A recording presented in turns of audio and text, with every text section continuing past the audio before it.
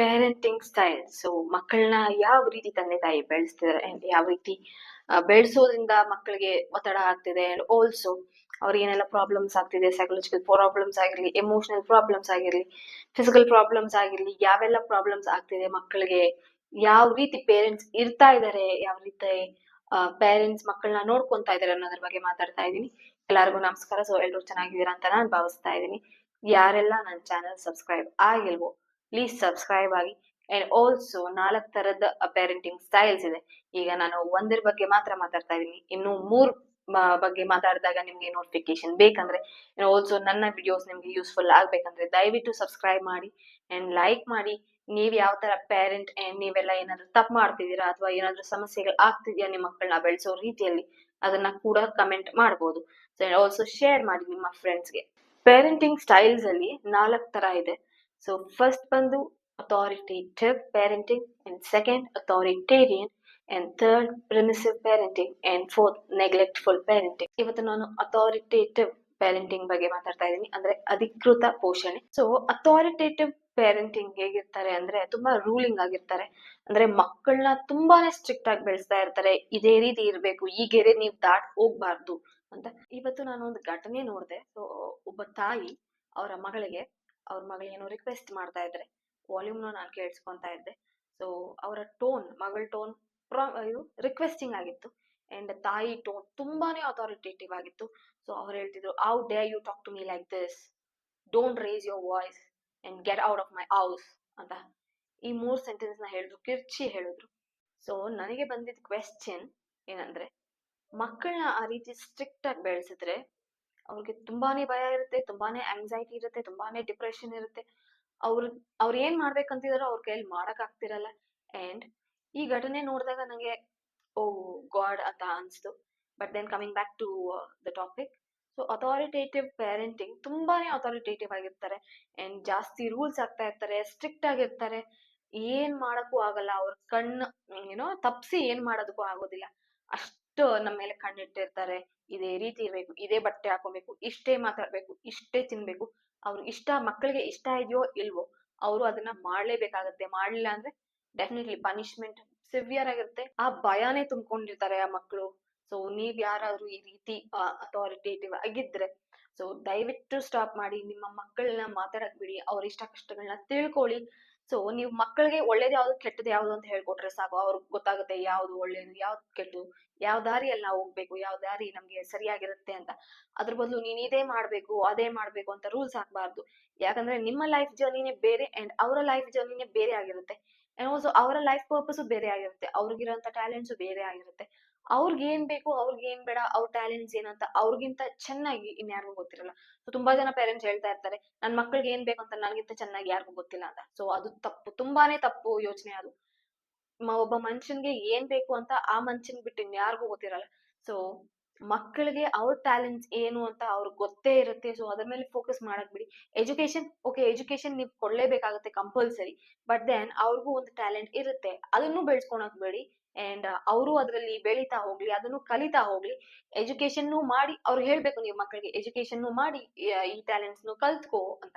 ಅದ್ರ ಬದಲು ನೀನ್ ಅದನ್ನೆಲ್ಲ ಮುಟ್ಟಂಗಿಲ್ಲ ಅಂತ ಆ ಬೇರುಗಳನ್ನೆಲ್ಲ ಕಟ್ ಮಾಡಕ್ ಹೋಗ್ಬಾರ್ದು. ನಿಮ್ಗೆ ಅಲ್ಲಿ ಆ ಮೂಮೆಂಟ್ಗೆ ಮಕ್ಕಳು ನಿಮ್ ಮಾತು ಕೇಳ್ಬೋದು. ಬಟ್ ಏನ್ ಅವ್ರು ದೊಡ್ಡವರಾದ್ಮೇಲೆ ನಿಮ್ಗಿಂತ ಡಬಲ್ ಆಗಿ ರೆಬೆಲ್ ಆಗ್ತಾರೆ ಅಂಡ್ ನಿಮ್ಗ್ ರೂಲ್ಸ್ ಮಾಡ್ತಾರೆ. ಅಂಡ್ ಅವ್ರಿಗೆ ಯಾವ ಎಮೋಷನ್ಸ್ ಇರೋದಿಲ್ಲ ನಿಮ್ ಮೇಲೆ. ಅಪ್ಪ ಅಮ್ಮನ್ ಚೆನ್ನಾಗಿ ನೋಡ್ಕೊಬೇಕು, ನಮ್ಮಮ್ಮ ಇಷ್ಟ ಮಾಡಿದ್ದಾರೆ, ನಮ್ಮಮ್ಮ ಅಷ್ಟು ಕಷ್ಟಪಟ್ಟಿದ್ದಾರೆ, ನಮ್ಮಪ್ಪ ಅಷ್ಟು ಕಷ್ಟಪಟ್ಟು ಸಾಕಿದ್ದಾರೆ ಅಂತ ಅವ್ರಿಗೆ ಯಾವ ಎಮೋಷನ್ಸು ಇರಲ್ಲ. ಎಮೋಷನಲ್ ಲೆಸ್ ಆಗಿರ್ತಾರೆ.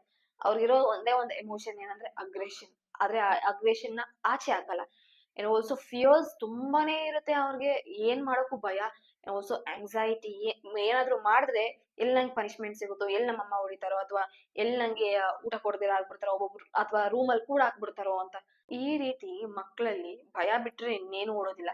ಎಜುಕೇಶನ್ ಮಾಡ್ತಾರೆ, ಬಟ್ ದೆನ್ ಅದು ಅವರು ಫೋರ್ಸ್ಫುಲಿ ಕಲ್ತ್ಕೊಂಡಿರೋದು. ಅಂಡ್ ನೀವ್ ಇಷ್ಟೇ ಮಾರ್ಕ್ಸ್ ತೆಗಿಬೇಕು, ಇದೇ ಕಲಿಬೇಕು, ಫಸ್ಟ್ ರ್ಯಾಂಕ್ ಬರ್ಬೇಕು, ಇಷ್ಟೇ ಮಾರ್ಕ್ಸ್ ಬರ್ಬೇಕು, ಇವ್ರನ್ನೇ ಫ್ರೆಂಡ್ಸ್ ಮಾಡ್ಕೊಬೇಕು ಅಥವಾ ಫ್ರೆಂಡ್ಸೇ ಮಾಡ್ಕೊಬಾರ್ದು.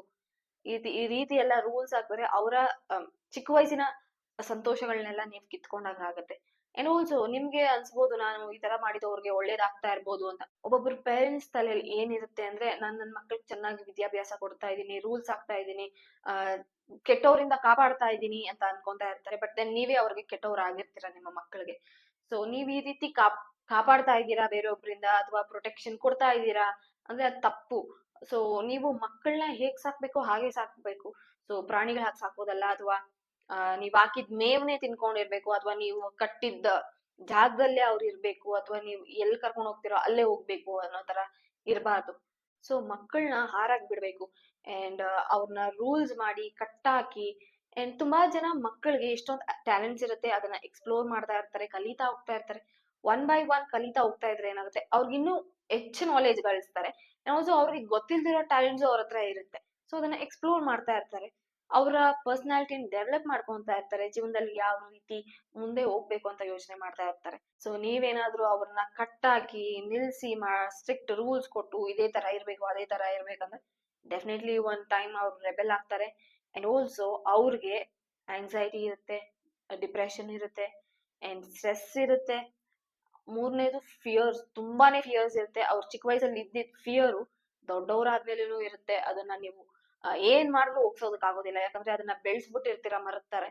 ಅಂಡ್ ಆಲ್ಸೋ ಸೋಷಿಯಲ್ ಆಂಗ್ಸೈಟಿ ಇರುತ್ತೆ. ಯಾರ ಜೊತೆ ಮಾತಾಡಕ್ಕೂ ನೀವು ಬಿಟ್ಟಿರಲ್ಲ ಚಿಕ್ಕ ವಯಸ್ಸಲ್ಲಿ. ಅವ್ರಿಗೆ ಬೇರೆ ದೊಡ್ಡವರಾದ್ಮೇಲೂ ಬೇರೆಯವ್ರ ಹತ್ರ ಮಾತಾಡೋದು ಕಷ್ಟ ಆಗುತ್ತೆ. ನೀವೇನಾದ್ರೂ ಎಜುಕೇಶನ್, ಕಂಪ್ಲೀಟ್ ಎಜುಕೇಶನ್ ನ ಜೈಲಲ್ಲಿ ಕೂಡ ಹಾಕಿ ಕೊಡ್ಸಿ ಅವ್ರ ಹೆಂಗೋ ಮಾರ್ಕ್ಸ್ ತೆಗಿತಾರೆ ಪೇಪರ್ ಅಲ್ಲಿ ಬರ್ದು. ಬಟ್ ದೆನ್ ಕೆಲಸ ಮಾಡ್ಬೇಕಾದ್ರೆ ಜನನ ಮೀಟ್ ಮಾಡ್ಬೇಕು, ಅವರ ಸ್ಕಿಲ್ಸ್ ನ ತೋರಿಸ್ಬೇಕು, ಅಪ್ರೋಚಬಲ್ ಆಗಿರ್ಬೇಕು, ಅವ್ರಿಗೆ ಟ್ಯಾಲೆಂಟ್ಸ್ ಗೊತ್ತಿರ್ಬೇಕು, ಯಾರ ಹತ್ರ ಹೇಗ್ ಮಾತಾಡ್ಬೇಕು ಅಂತ. ಅದ್ರಲ್ಲಿ ಅವ್ರು ಕಮ್ಮಿ ಇರ್ತಾರೆ, ಕಮ್ಮಿ ಅಂದ್ರೆ ತುಂಬಾನೇ ಕಮ್ಮಿ ಇರ್ತಾರೆ, ಅದ್ರಲ್ಲಿ ಪ್ರಾಬ್ಲಮ್ ಫೇಸ್ ಮಾಡ್ತಾರೆ. ಅಂಡ್ ಆಲ್ಸೋ ಡಿಸಿಷನ್ ಮೇಕಿಂಗ್ ಅವ್ರಿಗೆ ಬರೋದೇ ಇಲ್ಲ, ಯಾಕಂದ್ರೆ ಎಲ್ಲಾ ಡಿಸಿಷನ್ಸ್ ನೀವೇ ತಗೊಂತಾ ಇರ್ತೀರಾ. ಲೈಫಲ್ಲಿ ಏನಾದ್ರೂ ಅವ್ರಿಗೆ ನೀವೇ ಡಿಸಿಷನ್ ತಗೊಬೇಕು ಅನ್ಸುತ್ತೆ. ಅಂಡ್ ಅವ್ರಿಗೆ ಯಾವ್ದು ಸರಿ ಯಾವ್ದು ತಪ್ಪಂತಾನೆ ಗೊತ್ತಾಗ್ತಿರಲ್ಲ. ಸೊ ಅದೆಲ್ಲ ಬೆಳಿಬೇಕಾದ್ರೆ ಗೊತ್ತಾಗುತ್ತೆ ಮಕ್ಕಳಿಗೆ, ಅಬ್ಸರ್ವೇಷನ್ ಮಾಡಿ ಎಕ್ಸ್ಪೀರಿಯನ್ಸ್ ಮಾಡಿದ್ಮೇಲೆ ಮಾತ್ರ ಗೊತ್ತಾಗುತ್ತೆ. ಅದ್ರ ಬದಲು ನೀವೇ ಎಲ್ಲಾ ಡಿಸಿಷನ್ಸ್ ಕೊಡ್ತಾನೆ ಇದ್ರೆ ಅಥವಾ ಯಾವ್ದು ಸರಿ ಯಾವ್ದು ತಪ್ಪು ಅಂತ ಹೇಳ್ತಾನೆ ಇದ್ರೆ ಅವ್ರೇನ್ ಕಲಿತಾರೆ, ಅವ್ರು ಮಾಡೋ ಕೆಲ್ಸದಲ್ಲಿ ಏನ್ ಮಾಡ್ತಾರೆ, ಅವ್ರು ಕೆಲಸ ಮಾಡೋದಕ್ ಆಗೋದಿಲ್ಲ. ಅಂಡ್ ಆಲ್ಸೋ ಡಿಸಿಷನ್ಸ್ ತಗೊಳಕ್ಕೆ ಅವ್ರ ಲೈಫಲ್ಲಿ ಆಗೋದಿಲ್ಲ. ನೀವು ಸರ್ಟನ್ ಏಜ್ ವರ್ಗೂ ಇರ್ತೀರಾ, ಅಂದ್ರೆ ಒಂದ್ ಮಕ್ಕಳಿಗೆ ಒಂದು 40-50 ಆಗೋವರೆಗೂ ಇರ್ತೀರ, ನೀವಿಲ್ಲ ಅಂದ್ರೆ ನಿಮ್ ಮಕ್ಕಳ ಗತಿ ಏನು? ಸೊ ಅವ್ರಿಗೆ ಡಿಸಿಷನ್ ಮೇಕಿಂಗ್ ಬರ್ಬೇಕು. ಅಂಡ್ ಆಲ್ಸೋ ಅವ್ರಿಗೆ ಲೈಫ್ ಪಾರ್ಟ್ನರ್ಸ್ ಬಂದಾಗ ಲೈಫ್ ಪಾರ್ಟ್ನರ್ಸ್ ಜೊತೆನೂ ಚೆನ್ನಾಗಿರೋದಕ್ ಆಗೋದಿಲ್ಲ. ಸೊ ಡಿಸಿಷನ್ ಮೇಕಿಂಗ್ ಮಕ್ಕಳಿಗೆ ಚಿಕ್ಕ ವಯಸ್ಸಿಂದಾನೇ ಬರ್ಬೇಕು, ಅವ್ರಿಗೆ ಗೊತ್ತಾಗ್ಬೇಕು ಏನೇನೆಲ್ಲ ಆಗ್ತಿದೆ ಪ್ರಪಂಚದಲ್ಲಿ ಅಂತ. ನೀವು ಪ್ರಪಂಚದ ಒಂದು ಭಾಗ, ಅಂದ್ರೆ ಅವ್ರಿಗೆ ಬದುಕನ್ನ ಕೊಟ್ಟಿದ್ದೀರಾ. ಬಟ್ ದೆನ್ ಅವ್ರು ಪ್ರಪಂಚ ನೋಡೋದು ತುಂಬಾನೇ ಇರುತ್ತೆ, ಕಲಿಯೋದು ತುಂಬಾನೇ ಇರುತ್ತೆ. ನೀವು 4 ಗೋಡೆ ಮಧ್ಯಾಹ್ನ ಇಟ್ಕೊಂಡಿದ್ರೆ ಅವ್ರು ಏನ್ ಕಲಿತಾರೆ? ಬರೀ ಗೋಡೆನ ಕಲಿತಾರ ಅಥವಾ ಗೋಡೆ ಹೇಗಿದೆ ಅಂತ ಕಲಿತಾರ? ಸೊ ಮನುಷ್ಯರ ಸ್ವಭಾವ ಎಲ್ಲ ಹೇಗಿದೆ ಅಂತ ಕಲಿಬೇಕು, ಯಾವ ರೀತಿ ಮನುಷ್ಯರು ಆಟ ಆಡ್ತಾರೆ ಅಂತ ಕಲಿಬೇಕು, ಯಾವ ರೀತಿ ಪ್ರಪಂಚ ಇದೆ, ನಾವ್ ಯಾವ ರೀತಿ ಆ ಪ್ರಪಂಚದಲ್ಲಿ ಬದುಕ್ಬೇಕು ಅನ್ನೋದನ್ನ ಕಲಿಬೇಕು. ಅದ್ರ ಬದಲು ನಮ್ಮ ಅಪ್ಪ ಅಮ್ಮ ಜೊತೆ ನಾನು ಹೇಗಿರ್ಬೇಕು, ಯಾವ ರೀತಿ ಮಾತು ಕೇಳ್ಬೇಕು ಅನ್ನೋದನ್ನ ಮಾತ್ರ ಅಲ್ಲ ನೀವು ಕಲ್ಸೋದು. ಸೊ ಪ್ರಪಂಚ ಹೇಗಿದೆ ಅನ್ನೋದನ್ನು ಕಲಿಸ್ಬೇಕು. ನೀವೇ ಅಲ್ಲ, ಅವರ ಪ್ರಪಂಚ ತುಂಬಾನೇ ಇದೆ, ಅದನ್ನ ಅರ್ಥ ಮಾಡ್ಕೊಬೇಕು ಪೇರೆಂಟ್ಸ್ ಆಗಿ ನೀವು. ಅಂಡ್ ನೀವ್ ಅನ್ಕೊಂತೀರಾ ಅವ್ರಿಗೆ ನಾವೆಲ್ಲ ಕೊಡ್ತಾ ಇದೀವಿ, ಸಪೋರ್ಟಿವ್ ಆಗಿದೀವಿ, ಅವ್ರು ಏನ್ ಕೇಳ್ತಾರೋ ಅದನ್ನೆಲ್ಲ ನಾವ್ ತಂದ್ ಕೊಡ್ತಾ ಇದೀವಿ ಅಂತ. ಬಟ್ ದೆನ್ ಎಮೋಷನಲ್ ಏನಾಯ್ತು, ಎಮೋಷನ್ ಪಾರ್ಟ್ ಏನಾಯ್ತು ನಿಮ್ಮ ಮಕ್ಕಳಿಗೆ? ಅವ್ರಿಗೆ ಯಾವ್ದೇ ರೀತಿ ಎಮೋಷನ್ಸ್ ಇರೋದಿಲ್ಲ, ನಿಮ್ಮ ಕನೆಕ್ಷನ್ಸ್ ಇರೋದಿಲ್ಲ. ನೀವು ವಯಸ್ಸಾದ್ಮೇಲೆ ನಿಮ್ಮನ್ನ ಯಾರು ನೋಡ್ಕೊಂತಾರೆ? ನಿಮ್ ಮಕ್ಕಳೇ ನೋಡ್ಕೊಬೇಕು. ಅವ್ರಿಗೆ ಆ ಎಮೋಷನ್ಸ್ ಬರ್ಬೇಕು, ಓ ನಮ್ಮಪ್ಪ ನಮ್ಮಮ್ಮ ಅಂತ. ಆ ಎಮೋಷನ್ಸೇ ಇಲ್ಲ ಅಂದ್ರೆ ಅವ್ರು ಏನ್ ಮಾಡ್ತಾರೆ? ನಿಮ್ಮನ್ನ ಬಿಟ್ಟು ಹೋಗ್ತಾರೆ. ಅಂಡ್ ಸರ್ಟನ್ ಪಾಯಿಂಟ್ ಅಲ್ಲಿ ಅವರು ಎಷ್ಟು ವರ್ಷ ಅಂತ ಅವರ ಕೋಪನ ಹಿಡ್ದಿಟ್ಕೊಂತಾರೆ, ಅಗ್ರೆಷನ್ ಹಿಡ್ದಿಟ್ಕೊಂಡಿರ್ತಾರೆ. ಸೊ ಒಂದೆಲ್ಲ ಒಂದ್ ಪಾಯಿಂಟ್ ಅಲ್ಲಿ ಅವರು ಅದನ್ನೆಲ್ಲ ಆಚೆ ಹಾಕಿ ಹಾಕ್ತಾರೆ, ನಿಮ್ಮೇಲ್ ರೆಬೆಲ್ ಆಗ್ತಾರೆ, ನಿಮ್ ಮಾತ್ ಏನು ಕೇಳೋದೇ ಇಲ್ಲ, ಕೂಗಾಡ್ತಾರೆ, ಕಿರ್ಚಾಡ್ತಾರೆ, ಏನೋ ಹುಚ್ಚರೆ ಹೇಗ್ ಬಿಹೇವ್ ಮಾಡ್ತಾರೋ ಆ ರೀತಿ ಎಲ್ಲ ಬಿಹೇವ್ ಮಾಡ್ತಾರೆ. ಅವ್ರಿಗೆ ಕಂಟ್ರೋಲೇ ಸಿಗೋದಿಲ್ಲ, ಅಷ್ಟೊಂದು ಡಿಪ್ರೆಷನ್ ಇರ್ತಾರೆ, ಅಷ್ಟೊಂದು ಆಂಗ್ಸೈಟಿಯಲ್ಲಿ ಇರ್ತಾರೆ. ಅವರು ಎಲ್ಲಾ ರೀತಿ ಎಮೋಷನ್ಸ್ ನ ಕಲಿಬೇಕು. ಬರೀ ಭಯಾನೇ ಇಟ್ಕೊಂಡಿದ್ರೆ ಅವ್ರು ಏನ್ ಕಲಿತಾರೆ? ಯಾವ ಎಮೋಷನ್ಸ್ ಅವ್ರಿಗೆ ಇಂಪಾರ್ಟೆಂಟ್ ಆಗುತ್ತೆ? ಸೊ ನಾವ್ ಎಲ್ಲಾ ಎಮೋಷನ್ಸ್ ನೋಡಿರ್ಬೇಕಾಗುತ್ತೆ. ಒಬ್ಬ ಮನುಷ್ಯ ಪರ್ಸನಾಲಿಟಿನ ಬಿಲ್ಡ್ ಮಾಡ್ಕೊಬೇಕಂದ್ರೆ ಅವ್ರಿಗೆ ಬರೀ ಕೋಪದಲ್ಲೇ ಇದ್ರೆ, ಅವ್ರ ಅಗ್ರೆಷನ್ ಅಲ್ಲೇ ಇದ್ರೆ ಬರೀ ಅಗ್ರೆಷನ್ ಪರ್ಸನಾಲಿಟಿ ಬರುತ್ತೆ ಹೊರತು ಬೇರೆ ಯಾವ ಪರ್ಸನಾಲಿಟಿನೂ ಆಚೆ ಬರೋದಿಲ್ಲ ಅವರಿಂದ. ಸೊ ಅವ್ರು ನಿಮ್ಮನ್ನ ರೆಬೆಲ್ ಮಾಡ್ತಾರೆ, ಇಗ್ನೋರ್ ಮಾಡ್ತಾರೆ, ಅಂಡ್ ಆಲ್ಸೋ ಫಿಸಿಕಲಿನೂ ಹರ್ಟ್ ಮಾಡ್ಬೋದು, ನಿಮ್ಗೆ ಗೊತ್ತಾಗೋದಿಲ್ಲ, ಈಗ ಗೊತ್ತಾಗೋದಿಲ್ಲ. ಬಟ್ ದೆನ್ ದೊಡ್ಡವರಾದ್ಮೇಲೆ ನಿಮ್ಗೆ ಅದರ ಎಫೆಕ್ಟ್ಸ್ ಕಾಣಿಸ್ತಾ ಹೋಗ್ತಾ ಇರುತ್ತೆ. ಈ ರೀತಿ ಎಲ್ಲ ನಿಮ್ಮ ಮಕ್ಕಳನ್ನ ಸ್ಟ್ರಿಕ್ಟ್ ಆಗಿ ಬೆಳೆಸ್ತಾ ಇದ್ರೆ ದಯವಿಟ್ಟು ಸ್ಟಾಪ್ ಮಾಡಿ, ಈ ಮಿಸ್ಟೇಕ್ಸ್ ನ ಸ್ಟಾಪ್ ಮಾಡಿ. ಮಕ್ಕಳ ಮೆಂಟಲ್ ಹೆಲ್ತ್ ತುಂಬಾನೇ ಹಾಳಾಗುತ್ತೆ. ಸೊ ಇದರಿಂದ ಉದ್ಧಾರ ಆಗುವಂತದ್ದು ಏನು ಇಲ್ಲ. ಮಕ್ಕಳನ್ನ ಮಕ್ಕಳಾಗಿರೋದಕ್ ಬಿಡಿ. ನೀವು ಮಕ್ಕಳಿಗೆ ರೂಲ್ಸ್ ಹಾಕಿ, ಬಟ್ ದೆನ್ ಎಲ್ಲಾ ಪೇರೆಂಟ್ಸ್ ಆಗೋ ತರ ನಾರ್ಮಲ್ ರೂಲ್ಸ್ ಹಾಕಿ, ಈ ರೀತಿ ಇರ್ಬೇಕು ಆ ರೀತಿ ಇರಬಾರ್ದು ಅಂತ. ಬಟ್ ದೆನ್ ನೀವು ಕಂಪ್ಲೀಟ್ ಆಗಿ ರೆಸ್ಟ್ರಿಕ್ಟ್ ಮಾಡಿ ಇದೇ ರೀತಿ ಇರ್ಬೇಕು, ಇದೇ ರೀತಿ ಮಾಡ್ಬೇಕು ಅಂತ ದಯವಿಟ್ಟು ಫೋರ್ಸ್ ಮಾಡಕ್ ಹೋಗ್ಬೇಡಿ. ರೂಲ್ಸ್ ಮಕ್ಕಳಿಗೆ ಎಷ್ಟ್ ಬೇಕೋ ಅಷ್ಟೇ ಇರ್ಬೇಕು. ಅದ್ರ ಬದಲು ಎಲ್ಲಾನು ಕರ್ಬ್ ಮಾಡಿ ಇಟ್ಕೊಳೋದಲ್ಲ ನೀವು ನಿಮಗ್ ನೀವೇ. ಅಂಡ್ ಸೆಕೆಂಡ್ ಬಂದು ಓಪನ್ ಕಮ್ಯುನಿಕೇಶನ್ ಇಟ್ಕೊಳ್ಳಿ ನಿಮ್ ಮಕ್ಳ ಹತ್ರ. ನಿಮ್ ಮಕ್ಕಳ ಒಪಿನಿಯನ್ಸ್ ಕೇಳಿ, ಅವರ ಒಪಿನಿಯನ್ ನ ರೆಸ್ಪೆಕ್ಟ್ ಮಾಡಿ, ಯಾವ್ದ್ ತಪ್ಪು ಯಾವ್ದ್ ಸರಿ ಏನೇನ್ ಆಯ್ತು ಅವ್ರ ಎಕ್ಸ್ಪೀರಿಯನ್ಸಸ್ ನ ಕೇಳಿ, ಅವ್ರ ಜೊತೆ ಕೂತ್ ಮಾತಾಡಿ, ಅವ್ರ ಏನೋ ಮಕ್ಳ ಹತ್ರ ಕೂತ್ ಮಾತಾಡ್ಬೇಕಾದ್ರೆ ಅವರಿಂದಾನು ಕಲಿಯೋದು ತುಂಬಾ ಇರುತ್ತೆ. ಅಂಡ್ ಆಲ್ಸೋ ಎಂಜಾಯ್ ಮಾಡ್ತಾ ಇರ್ತೀವಿ ಮಕ್ಳ ಹತ್ರ ಮಾತಾಡ್ಬೇಕಾದ್ರೆ. ಸೊ ಓಪನ್ ಕಮ್ಯುನಿಕೇಶನ್ ಇಟ್ಕೊಳ್ಳಿ. ಅಂಡ್ ಅವ್ರ ಟ್ಯಾಲೆಂಟ್ಸ್ ಏನೇನಿದೆಯೋ ಅದನ್ನೆಲ್ಲ ಎಕ್ಸ್ಪ್ಲೋರ್ ಮಾಡ್ಲಿ. ಸೊ ಅವರು ಕಲೀಲಿ. ಅಂಡ್ ಆಲ್ಸೋ ನೀವ್ ಎಜುಕೇಶನ್ ಕೊಡ್ಸ್ಬೋದು. ಸೊ ಅವರ ಟ್ಯಾಲೆಂಟ್ಸ್ ನ ಎಕ್ಸ್ಪ್ಲೋರ್ ಮಾಡಿದಾಗ ಏನಂತೆ ಅವ್ರಿಗೆ ತುಂಬಾ ಇಂಟ್ರೆಸ್ಟ್ ಬರುತ್ತೆ, ಜೀವನದ ಮೇಲೂ ಇಂಟ್ರೆಸ್ಟ್ ಬರುತ್ತೆ, ಏನಾದ್ರೂ ಒಂದ್ ಸಾಧನೆ ಮಾಡ್ಬೇಕಂತ ಅವ್ರ ತಲೆಯಲ್ಲೂ ಬರುತ್ತೆ. ಅಂಡ್ ಅಚೀವ್ಮೆಂಟ್ಸ್, ಅವ್ರು ಏನ್ ಅಚೀವ್ ಮಾಡ್ಬೇಕು, ಅವ್ರ ಗೋಲ್ಸ್ ಏನಿದೆ ಅದ್ರ ಬಗ್ಗೆ ಎಲ್ಲ ಮಾತಾಡಿ, ಕೇಳಿ. ಸೊ ನೀನ್ ಯಾವ ರೀತಿ ಇರ್ಬೇಕು, ಏನೆಲ್ಲ ಆಸೆಗಳಿದೆ ಅದ್ರ ಬಗ್ಗೆ ಎಲ್ಲ ಮಾತಾಡಿ. ಮಕ್ಳಿಗೆ ನೀವು ಸ್ಟ್ರಿಕ್ಟ್ ರೂಲ್ಸ್ ಆಗೋ ಬದಲು ಡಿಸಿಪ್ಲಿನ್ಸ್ ಕಳ್ಸಿ. ಅವ್ರೇನಾದ್ರೂ ತಪ್ಪು ಮಾಡಿದಾಗ ಅದನ್ನ ತಿದ್ದೋದಕ್ ನೋಡಿ. ಅಂಡ್ ಬೈದು ಅವ್ರನ್ನ ಕೂಡಾಕಿ ರೂಲ್ಸ್ ಮಾಡೋದಲ್ಲ. ಅಂಡ್ ಅವ್ರಿಗೆ ಏನಾದ್ರು ಭಯ ಆಗ್ತಿದ್ರೆ ಅದ್ರ ಬಗ್ಗೆ ಮಾತಾಡಿ. ಯಾಕೆ ಭಯ ಆಗ್ತಿದೆ, ಏನಾಯ್ತು, ಬೇರೊಬ್ರು ಏನಾದ್ರು ಮಾಡಿದ್ರ ಅಂತ ಅವ್ರನ್ನ ಓಪನ್ ಆಗಿ ಮಾತಾಡಕ್ ಬಿಡಿ. ಅಂಡ್ ಯಾಕೆ ಈ ರೀತಿ ಎಲ್ಲ ಆಗ್ತಿದೆ, ನಿಂಗೆ ಏನಾಯ್ತು, ಅದ್ರ ಬಗ್ಗೆ ಎಲ್ಲ ಕೇಳ್ದಾಗ ಏನಾಗುತ್ತೆ, ಅವರು ಮಾತಾಡ್ತಾರೆ ಈ ರೀತಿ ಎಲ್ಲ ಆಯ್ತು ಅಂತ. ಅಲ್ಲಿ ನೀವು ಅವ್ರಿಗೆ ಎಮೋಷನಲ್ ಸಪೋರ್ಟ್ ಕೊಟ್ಟಂಗಾಗುತ್ತೆ. ಸೊ ಸೊಸೈಟಿ ಏನಾದ್ರು ಅವ್ರ ಟ್ರಬಲ್ ಮಾಡಿದ್ರೆ ಆಗ ಪೇರೆಂಟ್ಸ್ ಇರ್ತಾರೆ ಅನ್ನೋ ನಂಬಿಕೆ ಇರುತ್ತೆ. ಸೊ ಪೇರೆಂಟ್ಸ್ ಸಪೋರ್ಟ್ ಬೇಕೇ ಬೇಕಾಗುತ್ತೆ. ಸೊಸೈಟಿ ಏನಾದ್ರು ಎದುರು ನಿಂತ್ರೆ. ಮಕ್ಕಳು ಏನೇ ಮಾಡ್ಬೇಕಂದ್ರು, ಒಂದ್ ಕಾಂಪಿಟೇಷನ್ ಹೋಗ್ಬೇಕಂದ್ರು ಆಗ್ಲಿ, ಅಥವಾ ಏನಾದ್ರು ಪಾರ್ಟಿಸಿಪೇಟ್ ಮಾಡ್ಬೇಕಂದ್ರು ಆಗ್ಲಿ, ಅವ್ರಿಗೆ ಎನ್ಕರೇಜ್ ಮಾಡ್ಬೇಕು ನೀವು. ಫುಲ್ ಎನ್ಕರೇಜ್ ಮಾಡ್ಬೇಕಾಗುತ್ತೆ. ಸುಮ್ನೆ ಹೋಗು ಅಥವಾ ಹೋಗ್ಲೇಬೇಡ ಅಂತ ರೆಸ್ಟ್ರಿಕ್ಟ್ ಮಾಡಬಾರ್ದು. ಅವ್ರಿಗೆ ಈ ರೀತಿ ಎಲ್ಲ ಮಾಡಿ, ಈ ಕಾಂಪಿಟೇಷನ್ ಅಲ್ಲಿ ಈ ತರ ಇರುತ್ತೆ, ಈ ಕಾಂಪಿಟೇಷನ್ ಅಲ್ಲಿ ಈ ತರ ಇರುತ್ತೆ, ಐಡಿಯಾಸ್ ಕೊಡಿ ಮಕ್ಕಳಿಗೆ ಏನೆಲ್ಲ ಇರುತ್ತೆ, ಯಾವ ರೀತಿ ಇರುತ್ತೆ ಅಂತ. ಸೊ ಅವ್ರಿಗೆ ಏನಾಗುತ್ತೆ, ಫುಲ್ ಸಪೋರ್ಟ್ ಸಿಕ್ಕಂಗಾಗುತ್ತೆ. ಅಂಡ್ ಆಲ್ಸೋ ತುಂಬಾ ಇಂಪಾರ್ಟೆಂಟ್ ಥಿಂಗ್ ಏನಂದ್ರೆ, ಮಕ್ಕಳಿಗೆ ಪೇರೆಂಟ್ಸೇ ರೋಲ್ ಮಾಡೆಲ್ ಆಗ್ಬೇಕು. ಈಗ ನನ್ ರೋಲ್ ಮಾಡೆಲ್ ಯಾರು, ನಮ್ಮಪ್ಪ ನಮ್ಮಮ್ಮ. ಸೊ ಮಕ್ಕಳು ಅದೇ ರೀತಿ ನಿಮ್ಮ ಮಕ್ಕಳಿಗೂ ನೀವೇ ರೋಲ್ ಮಾಡೆಲ್ ಆಗಿರ್ಬೇಕು. ಮಕ್ಕಳು ನಮ್ಮಿಂದ ಕಲಿಯೋದು ತುಂಬಾ ಇರುತ್ತೆ. ಅಂಡ್ ಆಲ್ಸೋ ನಾನು ನನ್ನ ತಂದೆ ತಾಯಿಯಿಂದ ಕಲ್ತಿರೋದು ತುಂಬಾನೇ ಇದೆ. And ಹಾಗೆ ನಾನು ಬಿಹೇವ್ ಮಾಡ್ತೀನಿ ಕೂಡ.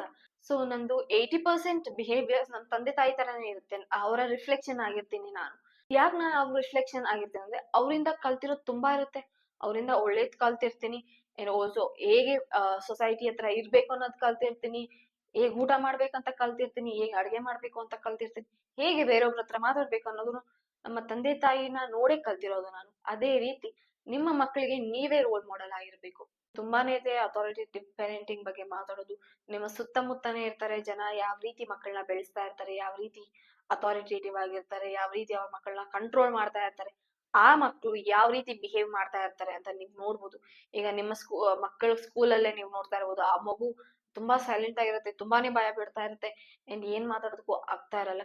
ಅದನ್ನೆಲ್ಲ ಟೀಚರ್ಸ್, ನೀವ್ ಯಾರಾದ್ರೂ ಟೀಚರ್ಸ್ ನೋಡ್ತಾ ಇದ್ರೆ ಅದನ್ನ ಪೇರೆಂಟ್ಸ್ ಗೆ ಅರ್ಥ ಮಾಡಿಸ್ಬೋದು. ಇಷ್ಟು ಮಾತಾಡಿದೀನಿ ಅಥಾರಿಟೇಟಿವ್ ಪೇರೆಂಟಿಂಗ್ ಬಗ್ಗೆ. ಏನಾದ್ರು ನಿಮ್ಗೆ ಕೇಸ್ ಸ್ಟಡೀಸ್ ನೋಡಿದ್ರೆ ಅದನ್ನೆಲ್ಲ ಕಮೆಂಟ್ ಮಾಡ್ಬೋದು. ಯಾವ ರೀತಿ ಇರ್ಬೇಕು ಪೇರೆಂಟ್ಸ್ ಅನ್ನೋದನ್ ಬಗ್ಗೆನೂ ಕಮೆಂಟ್ ಮಾಡ್ಬೋದು ನೀವು. ಅಂಡ್ ನೆಕ್ಸ್ಟ್ 3 ಪೇರೆಂಟಿಂಗ್ ಸ್ಟೈಲ್ಸ್ ಬಗ್ಗೆನೂ ನಾನು ಮಾತಾಡ್ತಾ ಇರ್ತೀನಿ ಕಂಟಿನ್ಯೂಸ್ ಆಗಿ. ಆದ್ರೆ ನನ್ನ ಅಬ್ಸರ್ವೇಷನ್ಸ್ ನಾನು ನಿಮ್ಮ ಹತ್ರ ಶೇರ್ ಮಾಡ್ತಾ ಇರ್ತೀನಿ ಕಮಿಂಗ್ ಡೇಸ್ ಅಲ್ಲಿ. And I hope this was useful. So ಯಾರೆಲ್ಲ ನನ್ನ ಚಾನೆಲ್ ಸಬ್ಸ್ಕ್ರೈಬ್ ಆಗಿಲ್ವೋ, ಪ್ಲೀಸ್ ಸಬ್ಸ್ಕ್ರೈಬ್ ಆಗಿ, ಲೈಕ್ ಮಾಡಿ, ಕಮೆಂಟ್ ಮಾಡಿ, ಅಂಡ್ ಆಲ್ಸೋ ಶೇರ್ ಮಾಡಿ. ಐ ಹೋಪ್ ನಾನು ಕಂಟೆಂಟ್ ಚೆನ್ನಾಗಿ ಮಾಡ್ತಾ ಇದ್ದೀನಿ and I am doing the best ಅಂತ. ನಿಮ್ಗೆಲ್ಲ ನನ್ನ ವಿಡಿಯೋಸ್ ಇಷ್ಟ ಆಗ್ತಿದ್ರೆ ಅಂಡ್ ಯೂಸ್ಫುಲ್ ಆಗಿ ಅನ್ಸ್ತಿದ್ರೆ ದಯವಿಟ್ಟು ಲೈಕ್ ಮಾಡಿ ಅಂಡ್ ಆಲ್ಸೋ ಸಬ್ಸ್ಕ್ರೈಬ್ ಮಾಡಿ. And thank you so much.